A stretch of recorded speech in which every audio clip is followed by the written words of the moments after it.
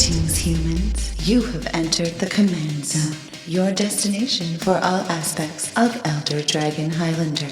Enjoy your stay.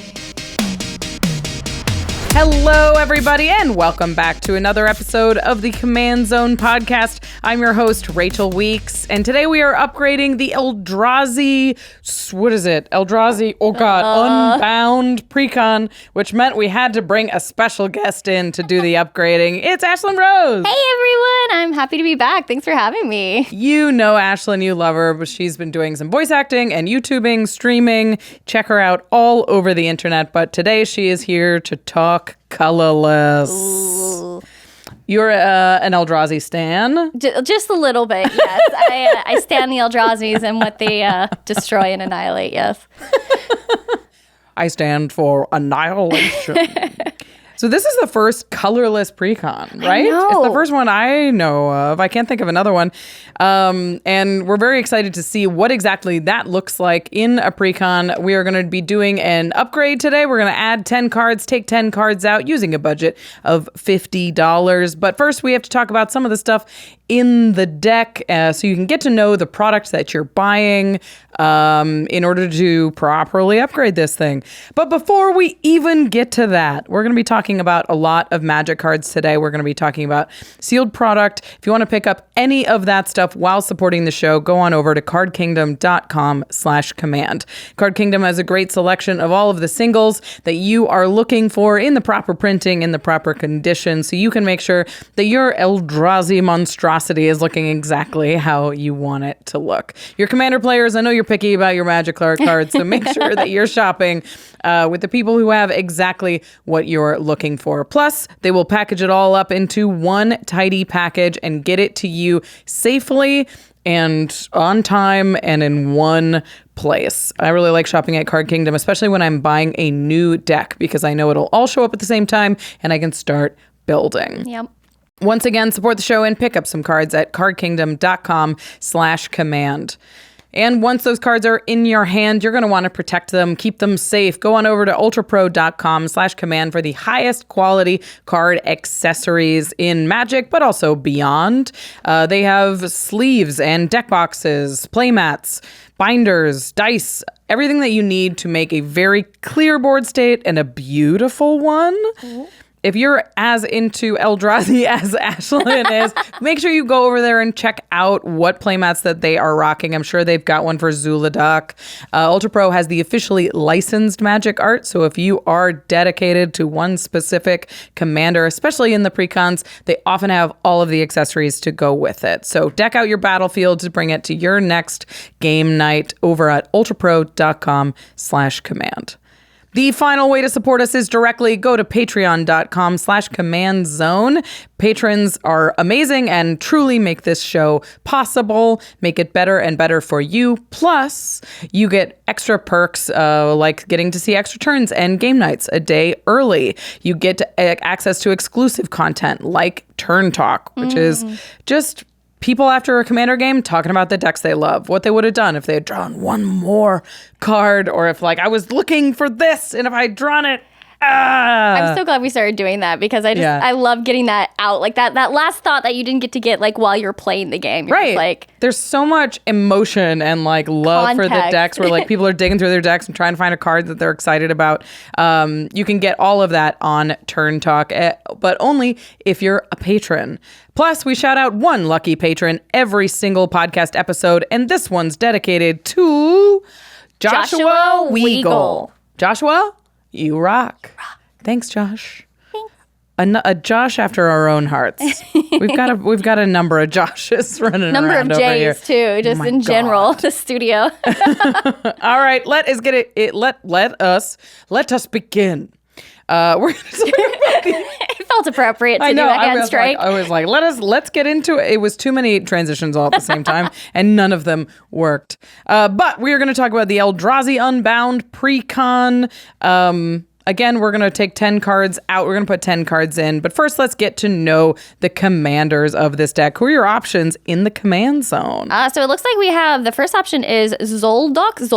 Zhulodok. I don't know. Void Gorger. It sounds like... I trust you. Yeah, Zhulodok, Void Gorger is the primary one. It is 5 and a colorless. It's a legendary creature, Eldrazi, 7/4. It says colorless spells you cast from your hand with mana value 7 or greater have Cascade. That is a very serious text box. Yes, that's it. There's no room for flavor text in this text box. I mean, there's too much explainer text for Cascade. Zhulodok is extremely powerful. Yeah, and especially in a colorless deck where most of the time you have pretty heavy CMC creatures and things going on. Right. Colorless decks tend to run higher CMC just because everything is more expensive when you don't have any colors to tether it to. My favorite thing about this card is that he is snacking on the void. He's a void gorger. Oh, yes. Here to eat the void. But he's doing it very peacefully if you look at the art. He looks like he's like they're meditating or something. It is a very zen Eldrazi. I agree. Yum. Yeah, so this deck is going to be crazy ramp, cost reducers, and huge colorless spells. Sounds glorious. And dump them all onto the battlefield. Seems extremely powerful. That's the face commander, but the backup commander is also colorless, of course. This one is Omarthis, Ghostfire, Initiate. It is XX for a 0/0. A little weird when paired with a Cascade commander, but that's okay. XX for a 0/0. It's a Spirit Naga.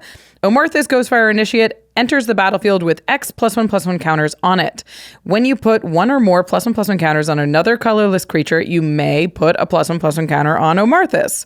When Omarthis dies, manifest a number of cards from the top of your library equal to the number of counters on it. Okay. So for those who haven't played with Manifest, it hasn't been around in a little while. Hi, yes, present. Yeah. Manifest is you take the top card of your library, you put it onto the battlefield face down, and it's a 2/2. It's just a vanilla, colorless 2/2 creature. If it's a creature on its front side, then you can cast it and you can turn it face up at any time. It doesn't use the stack. You can do it at super duper flash speed. Obviously, if it's a 0/0, it doesn't enter the battlefield, so it will die immediately. But it's going to give you a whole bunch of creatures, is the idea with Omarthis. Yes. So this is a +1 counter deck. This is probably like a modular deck. Yeah, I think you definitely want to build around the commander or expect it to be built to really have the commander support everything the deck's trying to do in a very tableau style of way. Right. It also feels like it'll have sack outlets, which is like to sacrifice Omarthis and to make use of all of these 2/2s. So it does feel like a very different build than Zhulodok, even if like a lot of ramp and cost reducers is also good with an X spell. It's kind of interesting too, because like with colorless, again, it's not tethered to a color, like you said. So it's like you can either destroy the world with giant Eldrazi's, or you can sacrifice things in a manifest as you just get all the worlds. There's like no one set way you can do it. For sure, because they are in the space between worlds. They're busy eating the void. Okay, so those are the two options for putting in the command zone with this deck, the face commander, the backup commander. Before we make a decision about which one we are going to put in the command zone, we want to talk about the actual kind of cards that are in the product as you buy it off the shelf. So you know what time it is. It is time to get into the stats. And these stats look kind of wild, honestly. There's a big range. Yeah. So how many ramp cards are in the deck? So there's 21 ramp. Okay. That's a lot. That makes sense for Zhulodok. Yes. If you're trying to cast these seven mana spells. Yep. You need a lot of ramp. 21's a lot. 21 is a lot of ramp. Okay. I'm interested to see we'll look at the deck stats, but yeah, what is signified or how we define ramp. Right. But yeah, definitely probably a lot of artifacts. For sure. This one has a lot of artifacts. There's also like the one that whenever you tap a colorless source, you make more mana. Oh, yeah. That kind of thing. A lot of that. So how much card draw are we looking at? Card draw is sort of hard won in a colorless deck. You would think so. There's 17 though. So I mean, 17's a lot. And this will include really, really powerful draw engines like Mystic Forge, which is in the deck, and also just incidental draw spells. So 17's great. I mean, that's a very high number, especially for a colorless deck. And with 21 ramp cards, you really want more cards to cast. Yes, absolutely. How many pieces of targeted interaction are we working on? 7. We run it back. 17. 17? 17 targeted. I mean, to be fair, colorless decks, I don't think they're like swimming in board wipes either. That's true. This one has a couple. We'll talk about that in a second. But it's like colorless decks tend to be like, I spend 7 mana to destroy target permanent. So this targeted interaction is often like very expensive. Yes. And not necessarily interaction that you're dying to use. Yes. This doesn't usually go in a monocolored like blue or red or green or any other color. Right. You're just making do with what you can. I always think of the 7 mana exile target permanent. It's like something existence, scour the existence. Scour from existence or something like that. Yeah, there's a lot of like 10 mana Eldrazi's. It's like when you cast this, destroy something. Yes. You're like, I better destroy something. 10 mana. All right, this next category is board wipes. Historically, colorless decks have had what? One? Maybe two if we're counting the artifacts. Yeah. Okay, so this one has 3. which is pretty good.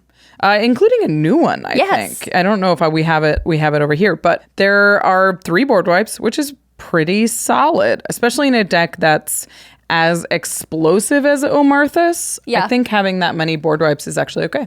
Yeah, especially because, all his dust is one-sided. Yes. The great side. Our side. We also want to talk about how many lands are in the deck. And this one, like many precons lately, has 38. And it has 15 basic lands, notably swamps, which are like $1 a piece. Right? So at the very least, this deck is worth $15 for the 15 swamp wastes. We're joking, it's wastes. Wastes, yeah. Wanted to make sure you're listening. Did we catch you? See, I wasn't listening to me because I didn't even know I was making a joke. There are 15 wastes in the deck. Swamps would be outrageous. But wastes are at $1, so you know that you're like getting 15 wastes to build your next colorless deck. And a ton of Are they really lands. $1 each now? Yeah, it's they haven't printed them in Wild. That's fair. That makes sense. But wow. Okay, so let's talk about the more deck-specific categories. Honestly, this deck kind of goes in a number of different directions. It just kind of casts big things. Right. So it was hard to break down what exactly these categories were. But let's talk about just how many things trigger your commander, which is 7 mana value or higher. All right. So for 7 mana value or higher, we have 19 cards. That's a ton. Yeah. What a curve. It goes whoop. So this included, I took this stat, and this includes X-Spells, which can be 7 mana value or higher. And I think there's like 3 X-Spells in the deck, so this is like 16 naturally, plus the X-Spells, which can scale that high. Which is still a lot, which it makes sense why we'd have so much ramp then and card draw to make sure we're hitting on curve as much as possible. Right, and hitting those big haymakers. There's also a number of cards that are dedicated to the +1/+1 counter strategy. Not as many as you'd think. Right, it's like 8. There's only 8 +1 cards, colorless creatures that put +1 counters on themselves to trigger Omarthis. So looking a little bit more like they've really bulked up Zhulodok, and Omarthis is kind of a build-around situation. Yeah. Finally, there is a large dedication, I don't know, comparatively large for a colorless deck, to just protection spells, like ways to, once you've built a huge board, make sure it stays safe. And there's 4 cards that are dedicated to that, which makes sense because you're casting really expensive things. The investment you're putting in, you better keep them safe, be able to. So with that information, with knowing those stats, who do you think you're putting in the command zone here? Looking at the stats and the different options we have, I say Zhulodok. Yeah. Zhulodok is definitely going to be the one I'm running. Just, it's an Eldrazi. I mean, I might be biased in this choice, but I also think the deck supports it, and they're better. Yes, that one. Yeah, I think definitely that Omarthis is a really neat design, and I don't think that this deck is built really to support them. This really high curve makes Zhulodok so powerful, and Cascade is a ton of both mana cheating and card advantage. So I certainly think that this deck out of the box is going to be best served with Zhulodok the command zone. Okay, we have talked about what is in the deck mechanically. We're going to take a quick moment to talk about what is in the deck financially. If you're picking up this Precon, what are you getting for your money? And a couple of caveats before we get into it. This value is from the 75 reprints that are in the deck. There are 10 new cards. There are 15 basic lands, which we don't often include in this, but you can add $15 to this value because this is wastes. And these numbers are taken before the deck is revealed. So these values that we're going to be talking about aren't literally the prices that you're going to see when you go shopping. They're more of a comparative value of like what the prices of these were before the reprint was announced. So those caveats out of the way, the total reprint value of this deck is... I guess I'm going $155.25. Okay. Yeah. So normally we hear that number and we have a parade. The home run. Right? Like, like we absolutely blow the doors off the place and are like, $155? What? Unfortunately, these Precons are going for like anywhere between $65 and $120. Yeah, they're up there. We've averaged them out to be about $80 per box, which is double what we would normally see for a Precon, which you normally go for like $40 or $45. So I think if they're doubling the sticker price, you would really expect to see double the value. Yeah. Right. Something close to it for sure. Which is like based on the Precons that we've seen in the past that are marked around $40. Baldur's Gate averaged around $104. Brothers War averaged around $95. Will Be One averaged at $101, and the March of the Machine Precons averaged at $97. So roughly $100 for Precons at $40, which means if you're buying a Precon at $80, you want $200 worth of value in it to get the value that we're used to getting out of these Precons. And $155, even with another $15 added for the wastes, ain't $200. That's for sure. So I did some quick math for these Precons to make sure that we have a very clear picture of the value you're getting when buying this product at $80. And I did that by calculating like a bang for your buck quotient. I like it. Look, I'm not a math major. I'm doing my best. So I took the average reprint value and I divided it by roughly the MSRP that we're used to. So I took like the Baldur's Gate average reprint value at $104, divided it by 40, and you get about $2.60 of card value for your $1 value. So I found those numbers for the Precons we've seen in the past, and it was $2.38 for Brothers War Precons, $2.50 for All Will Be One Precons, and $2.40 for the March of the Machine Precons. That's almost double. That's more than double the value for your dollar. Right. You're getting like 2.5 times for just about all of these. And if you take the Eldrazi Unbound value, which is $155.25, and you divide it by an $80 sticker price, which we're not really seeing on the shelves right now. Like this deck is going for closer to $100. Absolutely, yep. But let's say the prices settle right around the middle, and you can pick this up for $80. You are getting $1.93 of cards for your dollar in cash, which is 50 cents less per dollar, which matters because you're spending $80. Yeah, you're spending more.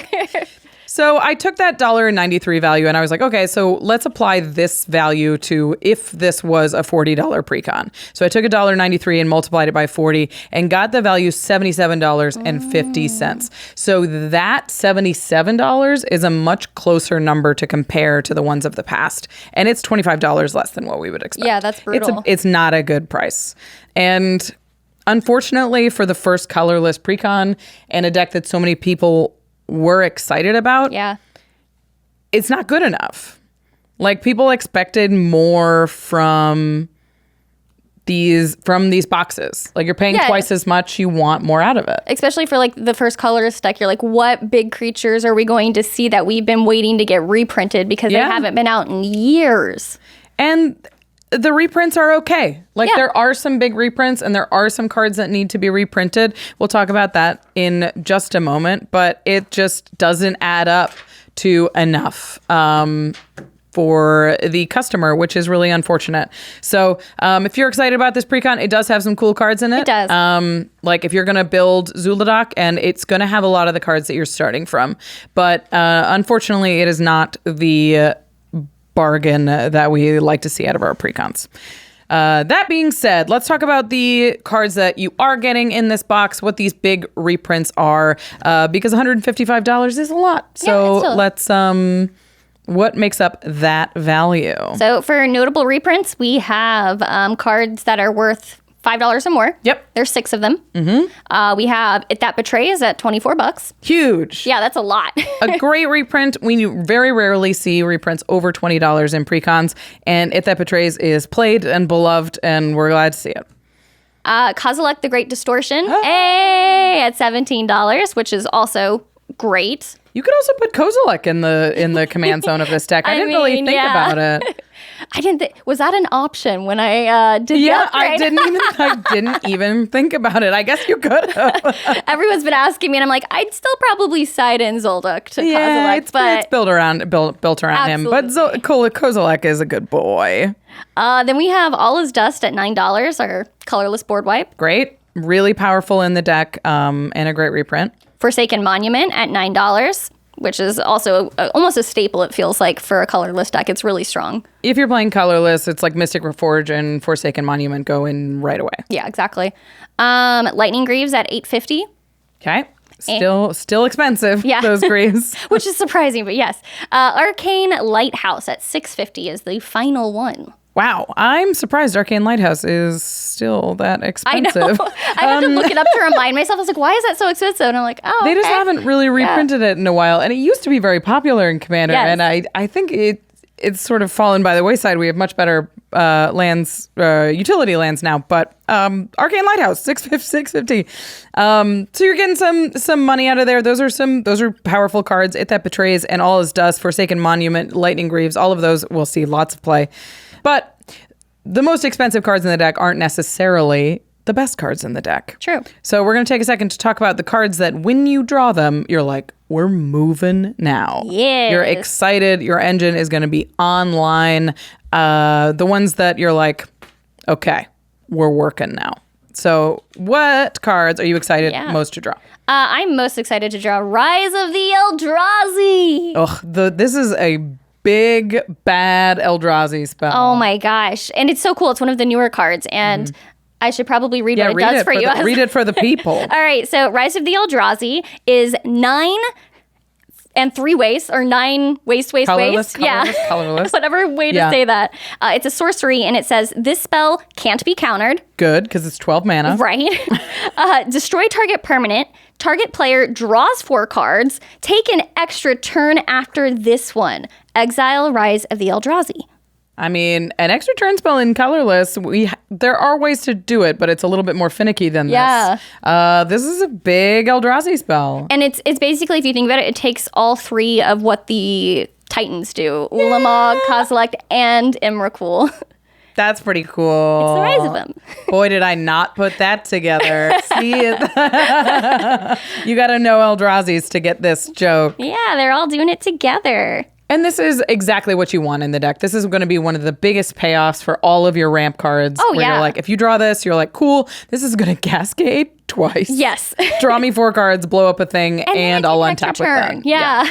Basically gives anything on your board haste. Seems pretty powerful. It doesn't it's pretty close to reading Win the Game, but without being it. Yeah. So really happy to draw that. It replaces itself. Love it. I think the next card that is the best card in the deck, and totally not a biased opinion here, again, is Kozilek, A Great Distortion. Good boy. He's a good doofus. So Kozilek the Great Distortion is 8 waste. For a legendary Eldrazi, it's a 12/12, so 2 hits of that, and you're dead to commander damage. It says, when you cast this spell, if you have fewer than 7 cards in hand, draw cards equal to the difference. It has Menashe, and discard a card with mana value X, counter target spell with mana value X. He refills your hand, which is really big, especially for how much you're paying for him. The effect he has gives you the ability to counter things, especially that late in the game. I think that's really, really good. And he draws the cards to give you the counters in your hand. Yes. This is a sweet card, and it gives you a ton of protection once you've built up that huge board, which you have a 12/12 with Menace and whatever you cascaded. Right. So now you've got the defense and the cards in your hand to really close out this game. I agree. Kozilek is a great reprint and one of the best cards in the deck. Yeah. The next one is a new one as well. Yeah. This is Flayer of Loyalties, another Eldrazi, 8 wastes, so 10 mana altogether for an Eldrazi. It is a 10/10 with Annihilator and Trample. And it says, when you cast this spell,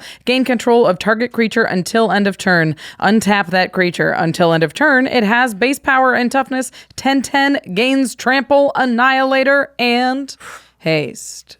Good. Whoo! I mean, it itself doesn't have haste, so that's good. Correct. But it is immediately 10 hasty trample-y power. Oh, that's right. It's a creature. I keep thinking it's like an enchantment, no, but it's it not. itself is a 10/10 Annihilator Yes. 2 next turn. So you're like, steal your thing, attack you with it. Now you have Yes. to sack 2 things, and it has trample. You don't want to block it because it's yours. Yeah. It's a blowout. And then next turn, you have a spare one. Yeah.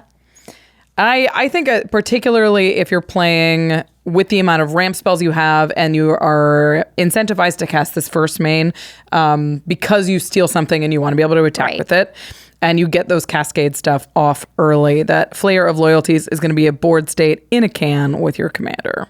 Absolutely. And I also love that the art kind of looks like a singing tentacle monster. This is one of the most beautiful Eldrazi. It's gorgeous. I love that Eldrazi's have like this pink thing going on. Yeah. Like they have this very like sort of stark landscape where it's like grays and greens, but the Eldrazi themselves are like just big purpley, really beautiful gradients of color. Just really floral almost. Gorgeous. Like a big mushroom. This one does. Yeah. It looks like a mushroom. You're not gonna be able to unsee it now. I know. This is my mushroom of loyalties. My mushroom of loyalties. Slam it. Those are the best cards when you draw them and you cast them. Your opponents are gonna go, oh no.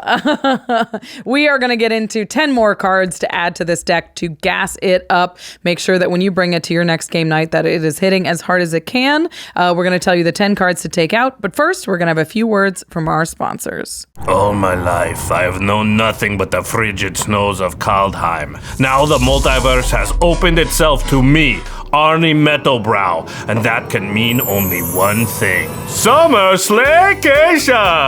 And with my RAYCON wireless earbuds, I'll always have my battle music slay list when I bring pain to the plains. RAYCON's mythic sound quality gets me pumped up when I'm roughhousing on Ravnica. And you know I love things that never fall out of my head, like RAYCON's custom gel tips that fit perfectly while I'm grappling on Gobakon. Plus, with 32 hours of battery and 8 hours of playtime, they never die while I'm pummeling on Pyrulia. And since they're just half the price of other premium brands, I have more money left for mimosas on Mercadia. What? It's a slaycation. I'm here to have fun. Create your own soundtrack with RAYCON. Right now, fans of the Command Zone can get 15% off their RAYCON order at buyraycon.com/command. That's buyraycon.com/command to save 15% on Raycons. Again, buyraycon.com/command. Citizens of Dominaria, I am Liberator, Urza's Battlethopter. Prepare to be liberated from hunger! Factor is here to free you with delicious, ready-to-eat meals delivered straight to your door. Factor's fresh, never frozen meals require a mere 2 minutes to prepare, leaving you liberated to enjoy the summer. Annoying trips to the grocery store? Liberated. Long cook times and cleanup? Liberated.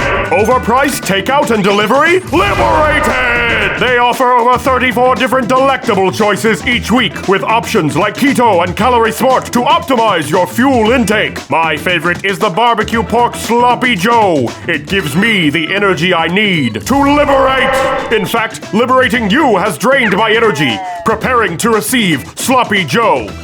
Yum. Yum. Delicious. Yum. Head to factormeals.com/command50 and use code command50 to get 50% off your first box. That's code command50 at factormeals.com/command50 to get 50% off your first box. Browsing for some new tech? Yeah, I'm building Tiamat and ARCHIDEKT. Ooh, how about Zurgo and Ojutai? Did you just drag and drop that card image directly into your deck? Yep, with ARCHIDEKT, you can drag and drop card images from EDH, Rec, or Scryfall directly into the deck list. No typing required. That is so cool. Ooh, okay, check this out. I'm gonna drag and drop Dragon Storm into the deck, and then boom, I'm gonna drop a bunch of dragons on the battlefield. A 9-drop, huh? Seems ambitious. It was just for the pun. ARCHIDEKT is the best place to browse, brew, and playtest commander decks. Just go to archidekt.com/commandzone to get started. That's ARCHIDEKT.com/command-zone. How's it, everybody? We're excited to announce the return of Game Night's tokens. Dun dun dun! Each order includes 40 total tokens all in one pack. There are 4 of each token and there are 10 tokens. These will be available in other premium versions. We have a premium foil and a gold foil version. And of course, the ultra premium gold foil tokens come in a special high quality drawer box. It's a really cool way to show off your Game Night's bling. Yeah, I even use this box for other things. It's very sturdy and it looks sharp. Plus, if you want to show that you're the biggest Game Night fan out there, our top tier pledge level has something really special. It's a custom-made double-sided playmat that features all of the art from the tokens with a really cool comic book inspired layout. Yeah, very few of these end up getting made. As with all of our Kickstarters, this is for a limited time, so this is your best chance to get your hands on these tokens and playmats. Just go right now, lock in your order. Don't mess around. Just guarantee that you're gonna get them. Absolutely. All right, thanks everyone, and get your pledge in now.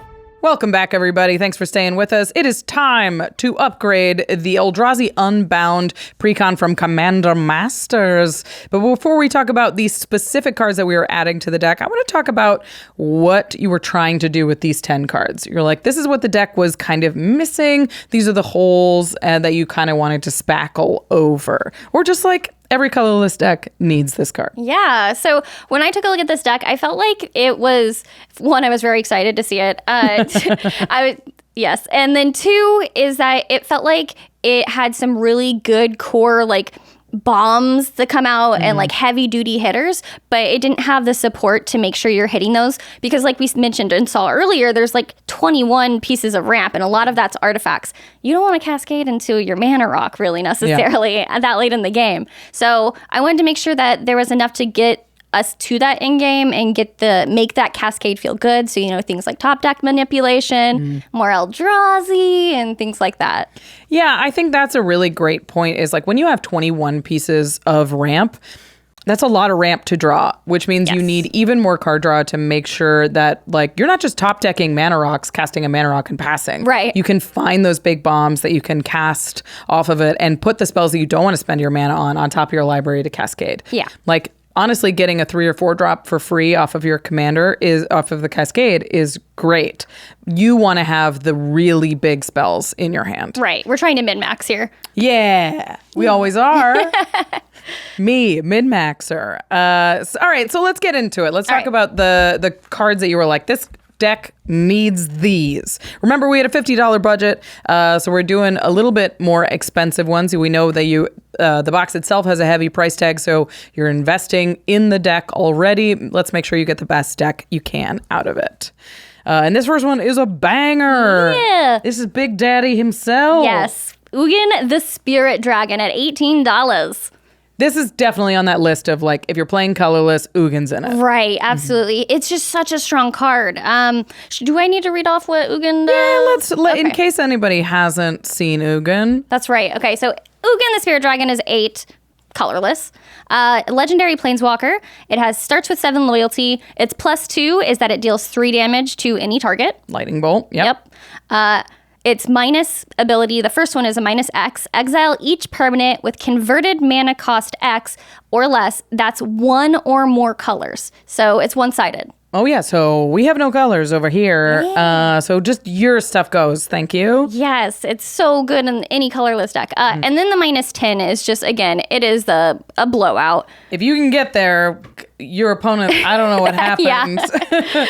It says you gain 7 life, draw 7 cards, then you put up to 7 permanent cards from your hand onto the battlefield. Notably, Ugin also triggers your commander because he's 8 CMC. Yes, exactly. I totally thought of that when I put it in the deck. I knew that. I mean, Ugin just goes in these kind of decks. You're taking a very heavy handicap playing without any colors. So making sure that you're using the cards that reward you for taking that handicap, like the one-sided board wipes, All Is Dust, and Ugin. Right. That really, these are your big payoffs for sacrificing all the colors in the game. Yeah, exactly. And I really like it because it hoses like token decks, which is important because early on you're going to have to like be defensive enough and protect yourself enough to not get blown out before you can play into your game. Right. You have an expensive commander. You need to do a lot of ramping early, being able to like...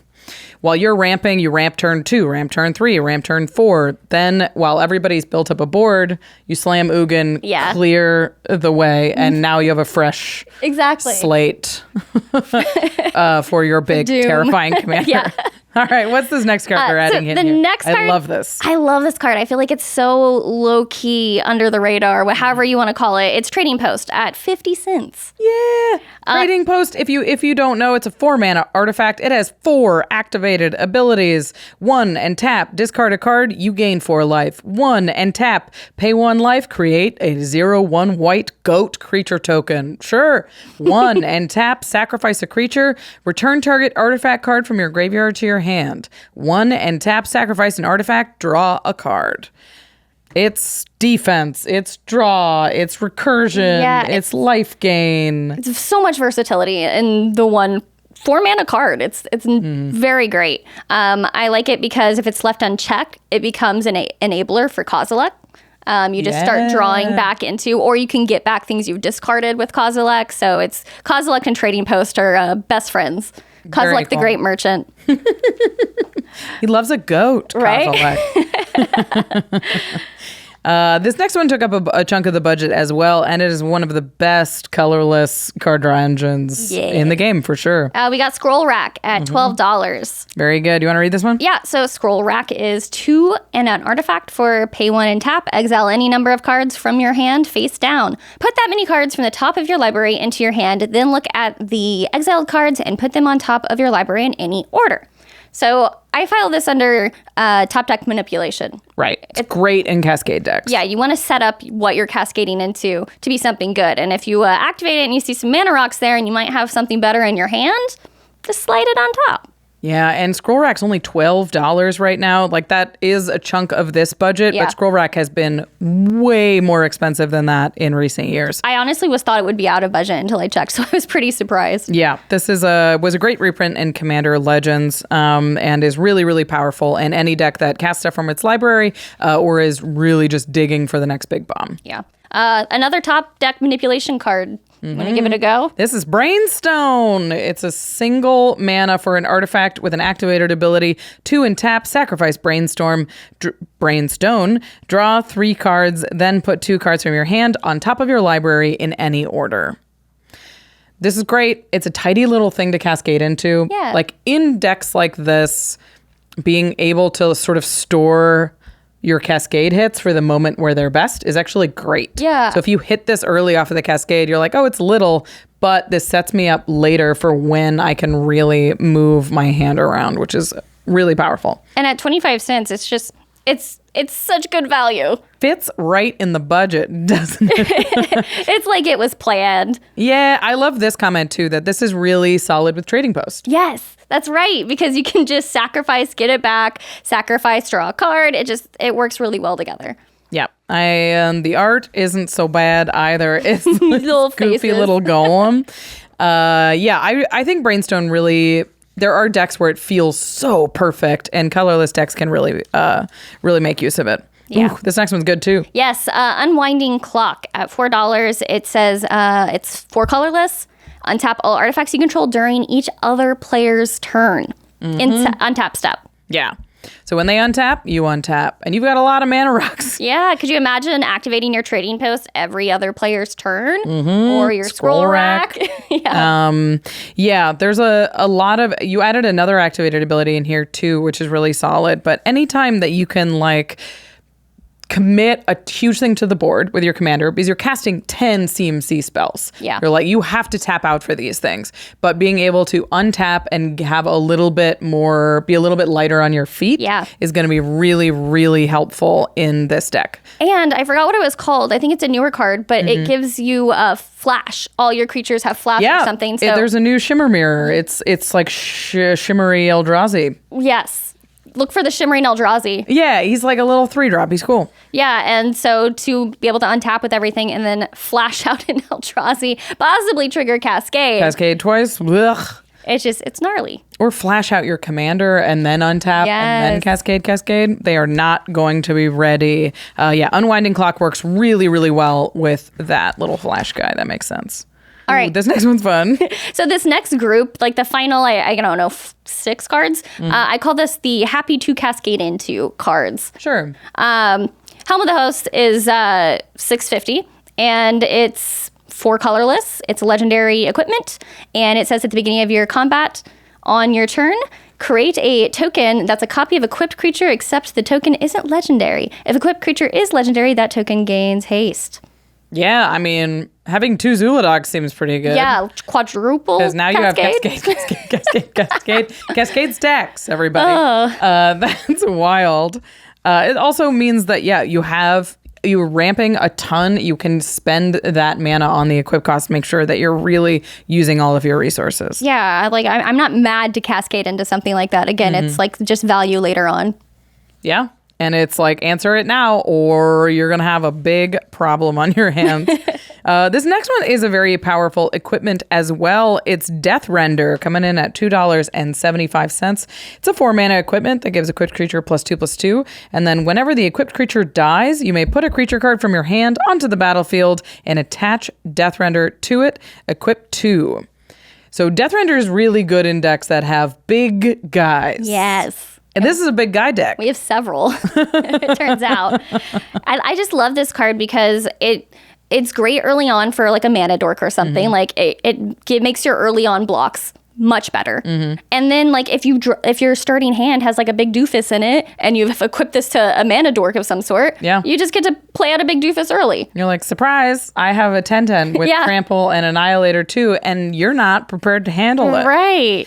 Death Render is really, really scary and is enough to be like, when Death Render is equipped to a creature, a lot of the times people are like, oh, I can't attack into that. What'll come out? Right, exactly. It's a bit of a rattlesnake type effect. I like that term, rattlesnake effect. Yeah, it's don't come near me. Yeah. Don't do it. Don't. What? Are you looking over here? Don't. You best not.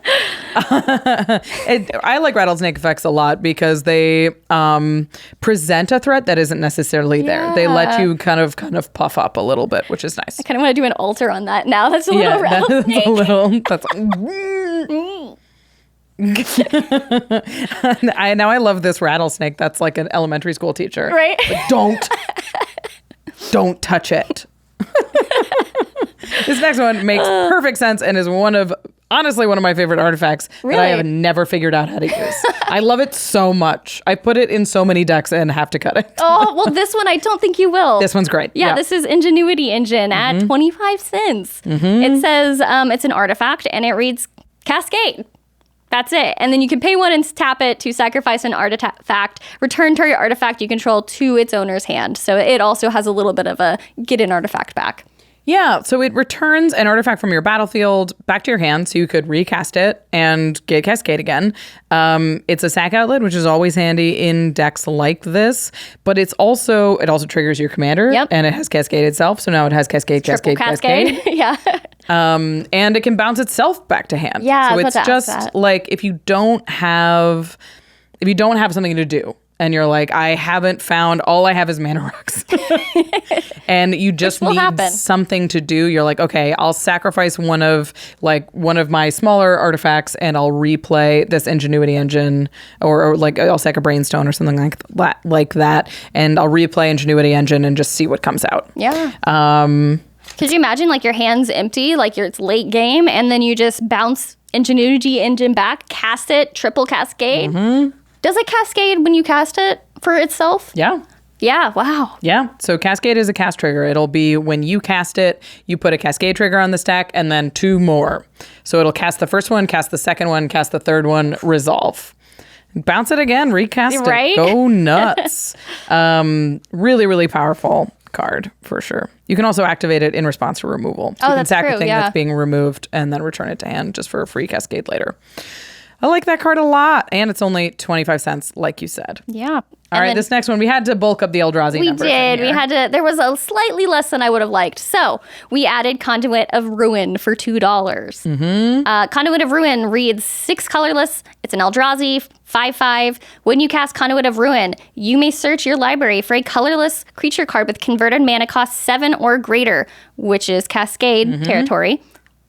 Reveal it, then shuffle your library and put that card on top of it. The first creature spell you cast each turn costs 2 less to cast. So this is great ramp for this deck. Having your creature spells that are 10 mana, 12 mana, these huge spells cost less and not change their actual mana value so they still trigger your commander means that maybe you get to do this twice in a turn. Plus, you tutor a card that will cascade. Yeah, it gives you a little bit of top deck manipulation as well, I guess you could say. Yeah. But yeah. Go find Kozilek. Yeah, put that on top. Yeah, I mean, if we know that 2 of the best cards in the deck are going to be these giant colorless creatures like Kozilek, and it's like not it's Flayer of loyalties, Mushroom of Loyalties, yes. It's flaying loyalties? What does that even mean, Eldrazi? What does that even mean? I feel like that's the core of Eldrazi. It's just, what does it mean? Just like, I'm the devastator of sadness. And it's like, are you devastating the sadness? Like, is it... Yeah. Do you bring sadness when you devastate? You got to be clearer with me. It's hard. Conduit of Ruin is only $2, and we'll add some consistency to this deck. It's also a great thing itself to cascade into. Yes, absolutely. You're happy to cascade into a 5/5. Yeah. And make your stuff cheaper. And tutor a thing to the top of your library. And then we have one more Eldrazi in here. Sneak him in here. Yep. This one's smashing reality. Yeah, I don't think it sneaks in. It just smashes in. You could say it was a smashingly good ad. And a good final. It's only 75 cents. What does this card do? Reality Smasher is 4 and a colorless. It's a 4 and a colorless Eldrazi, 5/5, trample, haste. We love to see it. When a Reality Smasher becomes the target of a spell an opponent controls, counter that spell unless its controller discards a card. So he's got like Ward discard a card on. Yeah, before Ward existed. Yeah, this thing's a little beater. And it's really, like, if this comes out of a Cascade, you immediately have a threat. Yes. It just, the haste is so strong. And he's not a tiny little thing. It's a 5/5. What I like about this card is a lot of the time Eldrazi's are going to be all on your top end. Yeah. They're going to be triggering your Cascade, right? So you'll get like, mana rock, draw spell, maybe a removal spell, and then your one Eldrazi. But this gives you an Eldrazi to go with your other Eldrazi. Yes. They're matching. It's like an appetizer Eldrazi. Right, yeah. It's a warm-up Eldrazi. Yeah. It's the opening act. Yes. And so it gives you 2 bodies rather than, like, a lot of the curve lower than 7 in this deck is utility pieces. Yes. And this is a threat that is going to be less than your Cascade spells. And it's a pain to deal with. Yeah. Everyone know you know how it is to deal with Ward. Like, this is essentially Ward, discard a card. Yeah. Yeah. It's and so those are the 10 cards that we are adding to this deck. That's the final one. It comes in, smashes reality, and the total is $47 on this budget. So you got $3 to pick yourself up a pack. Yeah. Not of Commander Masters though. It's outrageously expensive. Something else. Or get 3 more wastes. That's true. You can get 3 wastes with that. Got you. Buy them for later. Of course, we have added 10 cards to this deck. That means we are going to have to take 10 cards out. We will weep for them But some of these are probably not as good in the deck anymore. So let's talk about the 10 that have to go to get this deck in tip-top shape. Yeah, Hangerback Walker. It's got to go. I think any of the X spells, in all honesty. There's a ton of them. It's so bizarre that they were like, we're going to make a Cascade spell. We're going to make a Cascade deck. It's going to be sweet. Yeah. And the backup commander is going to be a 0/0. So if you Cascade into it, it dies. There's 4 things in the deck that do that. Really bad Cascade targets. Yes. And if you know you're not putting Omarthis in the command zone, all of these can go right now. Yeah. So it's like Hangerback Walker, Omarthis themselves, Endless One, Stonecoil Serpent. You guys are good cards. Go build an Omarthis deck. Carry on our wayward friends, but we are big Eldrazi here. Yeah, and you just... the idea of cascading and being like, I spent 10 mana, slam it. And you cascade into a 0-drop and Endless it dies. One. And then you cascade into another, like a Mind Stone. And you're like, ha ha. It's embarrassing. We can build a deck better than that. Yes. All right. What's this next one that you took out? All right. So next we have Crashing Drawbridge, which is close to the X spells. It doesn't have haste when it comes in, which is already like... I could see the utility of wanting to have it in there to help you early on. Like, I get why it was in there, but we don't need it. Yeah, this kind of haste, like just giving stuff flash speed is better, which is already in the deck. Flash will make you more flexible, and it will give things pseudo haste rather than having this wall that you still have to wait a turn in order to give stuff haste. Yeah. This next one is sort of along the same lines. It's Suspicious Bookcase. Yes, very suspicious. What's behind it with all the tendrils? It's an Eldrazi. Surprise. I promise. It's an Eldrazi. Yeah, this one, like, the utility is just expensive. So this is a 2-mana wall that gives something unblockable, basically. And when your stuff is that big, they have to block it. But you also have, like, stuff with trample. And you're going to have...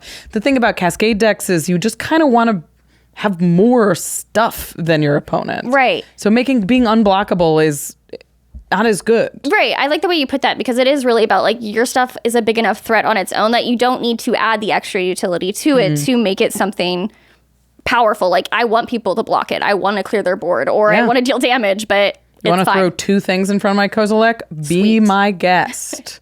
And paying 3 mana for your Suspicious Bookcase doesn't feel as good when you could be paying 10 mana for another Eldrazi.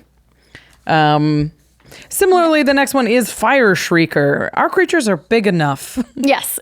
I don't know if they need double strike. Yeah, it definitely felt like a one more. It's like... Yeah, I like Fire Shrieker in decks that aren't good at getting double strike and have like a combat damage trigger. Like when you care about hitting twice. And this one is like, I'll put double strike on a 10/10. It's right. Like they have to chump a 10/10 anyway. The 20/20 doesn't really make that big of a difference. Yeah, that's a really good way to look at it. It's like, what are we really gaining from this? And it's not much. Yeah. It's a lot of power, but they have to block it. Yeah.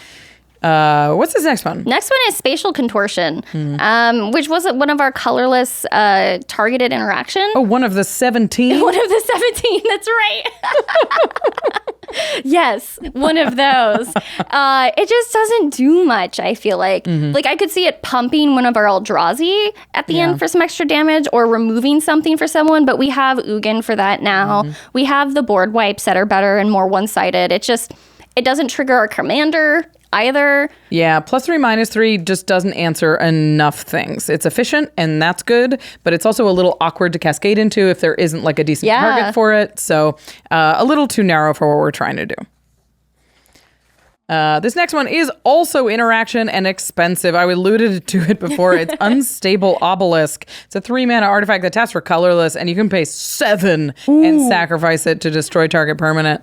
There are 17 sources of removal in this deck. You don't need to pay 7 mana for it. It's also an overcosted mana rock. It just doesn't get there anymore.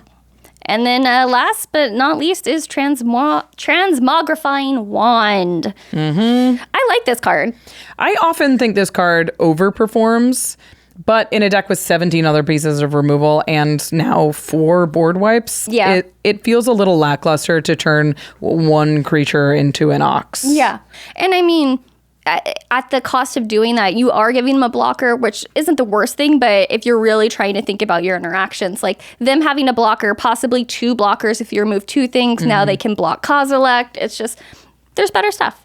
Yeah, that's a great point. Is like a lot of your stuff is huge and you really want, like, if they block, you want them to lose something meaningful. Right. So they're forcing the choice between like taking 12 damage or losing 2 things they care about. If you give them an Ox, now it's an easier decision. Yeah. It's like, I guess I'll just block and I'll lose this Ox, which I don't care about, Right. and this other creature, which sucks, but it's not as much as like, something else.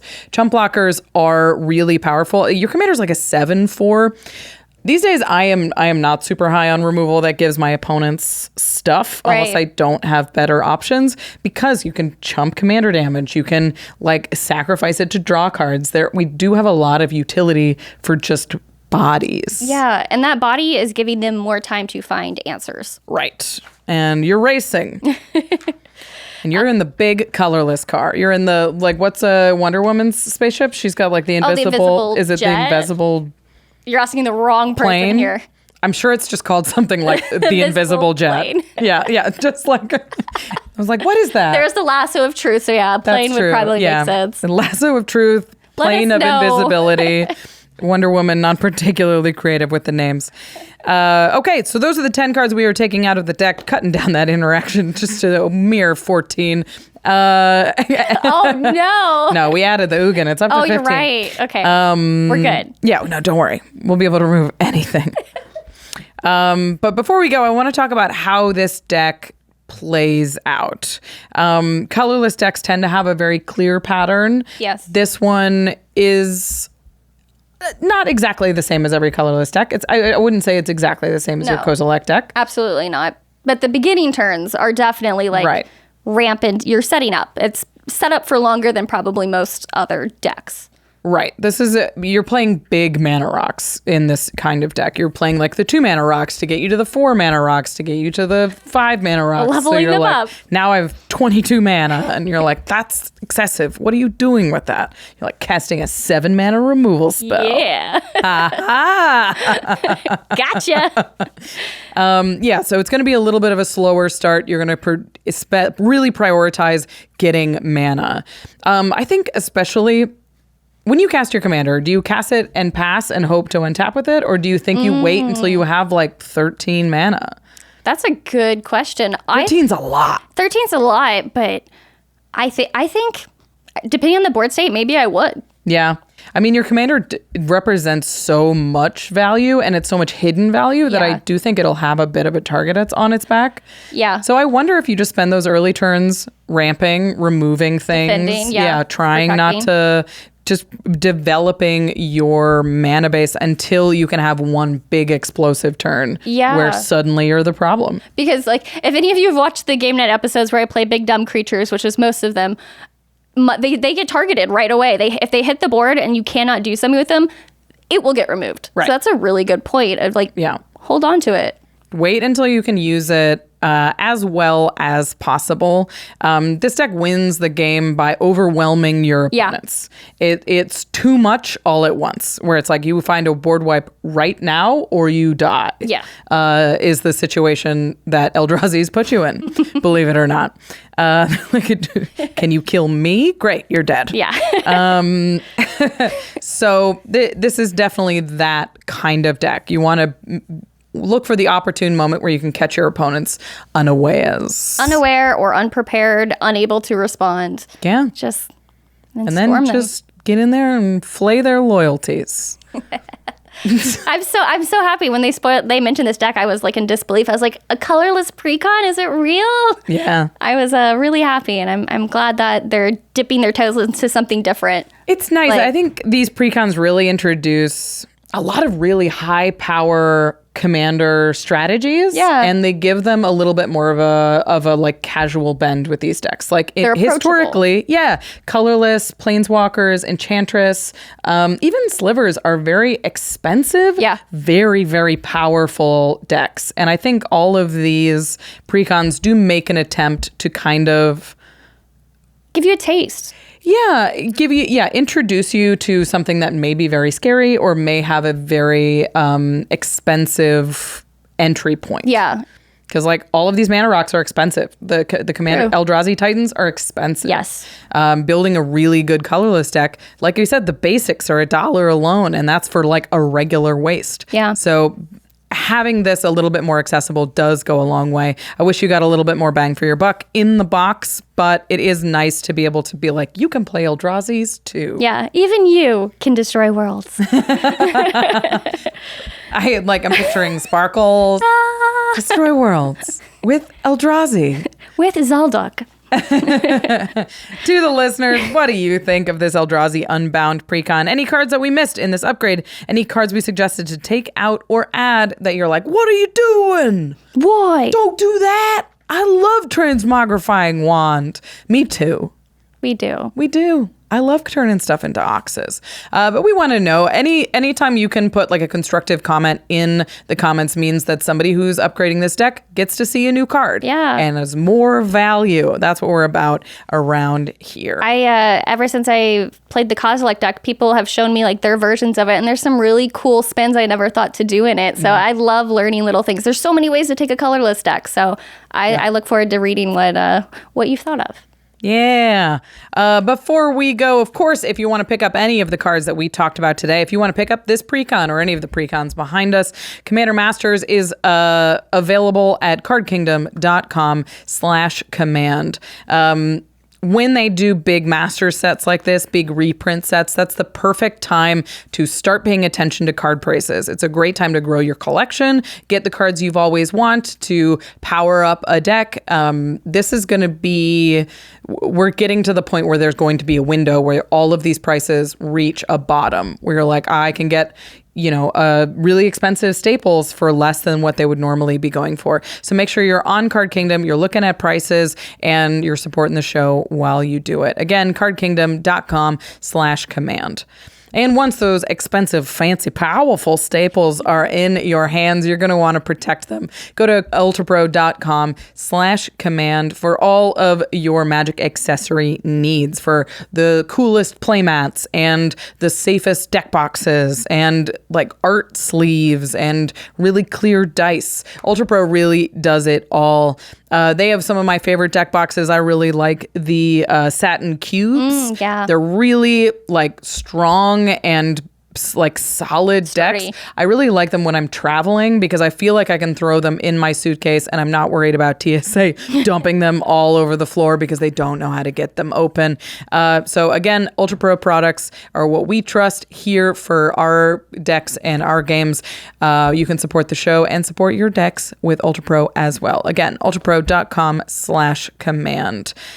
Okay, we've talked a lot about Magic. Let's take a moment to talk about something cool outside the world of Magic. Ooh, are you saying we're moving to the in-step? It's in-step time. Ooh. Do you have something that you're doing right now? I do, something actually. You're excited about? Doing way too much, actually. Oh, tell me about it. It's a game. I don't know what system. I think it's available on PC, PlayStation. It's called Kingdom of Two Crowns. Okay. It's really, really fun. It is here. Let me read how they describe it, because I feel like, they put the time into the marketing. So, in Kingdom Two Crowns, players must work in brand new solo or co-op campaign mode to build their kingdom and secure it from the threat of greed. So it is a pixel. That was not the description I wanted, but that's okay. Well, it leaves a lot to be. I know. I'm like, to the imagination. Here we go. It's a side-scrolling micro strategy game. Okay. With a minimalistic feel wrapped in a beautiful modern pixel art aesthetic. Mm-hmm. So it is beautiful. Like, I'm not into pixel art too much, but the way they have built these different worlds, like they have a shonen world, they have an undead world, and it's all side-scrolling. There are literally like 2, maybe 3 buttons total you have to press in the game. Okay. Consistently, but like in different ways. Like you're paying into like farming the fields, or you're paying into expanding your walls. And it's addicting because there's no tutorial to tell you how to do anything, and it's all about discovery. Right. And it really brings me and everyone in our house that's been playing it a lot of joy, because we just sit there trying to figure out what's going to happen. I'm into super low-key video games. I talked about it recently on an end step where I was like, I have a terrible sense of direction. So any sort of open world video games has me very stressed out because I can't find what I'm supposed to. Wow. They're like, go back and talk to that guy. I'm like, I don't know where that guy is. Where? I have no idea where that guy is. It's like, well, you just go back to this town. Which town is that? Like, I do not remember any of it. So side-scrolling is perfect for me. 'cause You are in go good hands. right. Yes. You go right and you go left, and that is it. And there's even a teleport eventually that you can use. So, See, that's what I need. but really fun. It's super chill. You can sit it and play for a little bit or spend hours. It's really fun. Good. I love that. And I love a nice chill game, even if it's the threat of greed looming up. Which I have yet to experience in game. Like, you get attacked, but it's just like, we haven't figured it out yet. Okay. Yeah. Very fun. A little bit of puzzle, a little bit of intrigue. Yeah. Before we go, we're going to say thank you to our amazing team here at the Command Zone. Thank you to Damon Lentz, Eric Lem, Megan Yip, Gaurav Galati, Jordan Pridgeon, Jamie Block, Arthur Meadowcroft, Manson Lung, Josh Murphy, Jake Boss, Sam Waldo, Evan Limburger, Lady Danger, Craig Blanchett, Katie Cole, Mitch Trafford, Gabriel Pozos, Josh Lee Kwai, Jimmy Wong, and Ashlen Rose for taking the time. Oh, thank you.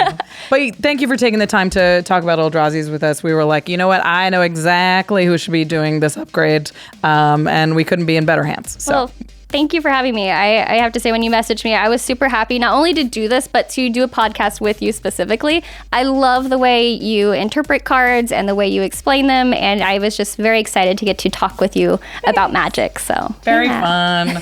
Thanks for listening, everybody. I believe we have one more Precon coming, so stay with us. Thanks for listening, and we'll see you next time.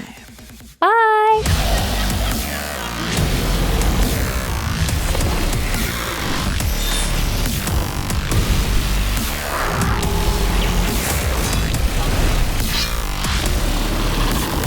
Thank you for your attention. For further inquiries, send an email to commandcast@rocketjump.com or ask us on Twitter @JFWong and @Josh Lee Kwai. See you later, alligator. Greetings, humans.